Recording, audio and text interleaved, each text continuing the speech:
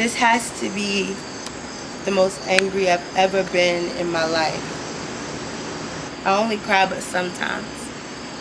I can smell myself falling apart.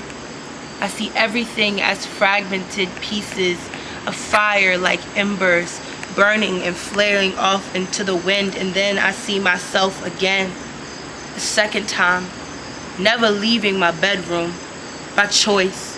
Never leaving my bedroom as a hostage to depression or suicide, and cuts into my arm, engraved into my chest, melted into the fabrics of my skin. And then I see myself again, a third time, crying in the shower. Only time I can feel something other than pain this summer. Water, a sign of the Holy Spirit being present, so I can only feel God at night when I'm trying to get clean and wash the day off. I see myself again, a fourth time, at the altar, creating an altar anywhere I go, since I ain't been to my daddy's church all summer. This is the anger I've never known. I'm so pissed that I can't get calm. I can't even find the strength to yell and scream and release this rage. This time, I see myself smiling, laughing even, trying to find pretty things in ugly moments. A second time, I dreamt myself pulling my hair out, picking by the follicle one by one. The third time, I see myself awake. My clinician says that I have insomnia, that I need some kind of medicine, a sleepy drug, a melatonin, something else to make me go down easy, but sleep feels a lot like death. And the sad part is that I was waking up every time, so I stay awake as long as I can now. It's anger that I've ever known. I don't even know how to chill out. My sister says my anxiety is forming a mind of its own, and I was like, yeah, we just be sitting and chilling trying to figure out what life is gonna be like tomorrow. It's life kicking my ass for no reason. First time, I see myself running away from all the mistakes that I can't unmake.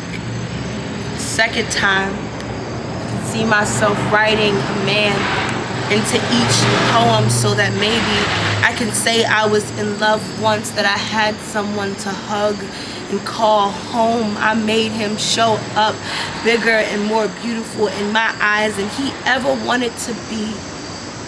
And I see myself a third time saying, I am in love with you. And he respond, when did that happen? When did you have enough time to see me as someone responsible enough when I was never there?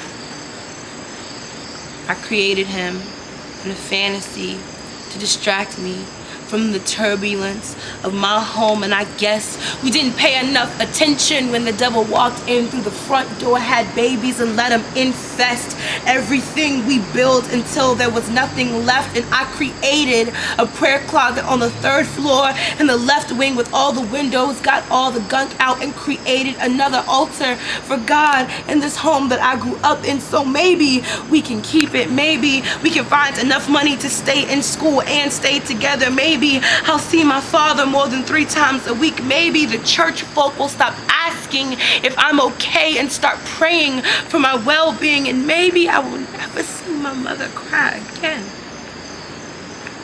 This time, anger doesn't make sense, but it chuckles at me like, chick, I don't have to. I'll just show up when you think you found happiness in God. I pray to God. You say don't let the sun go down on anger.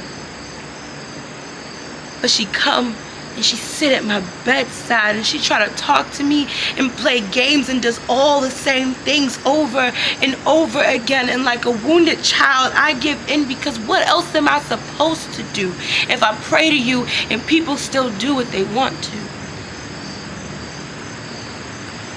This kind of anger is something that I've never known. Maybe I will smile and I will laugh, and I will begin to feel again in a more healthy way, more authentic way, a way that cannot be drained of me, or I can figure out how to drain myself of all things. First time, I see myself with the joy of the Lord, trading in my sorrows, trading in my pain, trading in my sickness and my shame for the joy of the Lord. The second time, I see myself with the joy of the Lord. The third time, I see myself being okay with whatever happens after I wake up.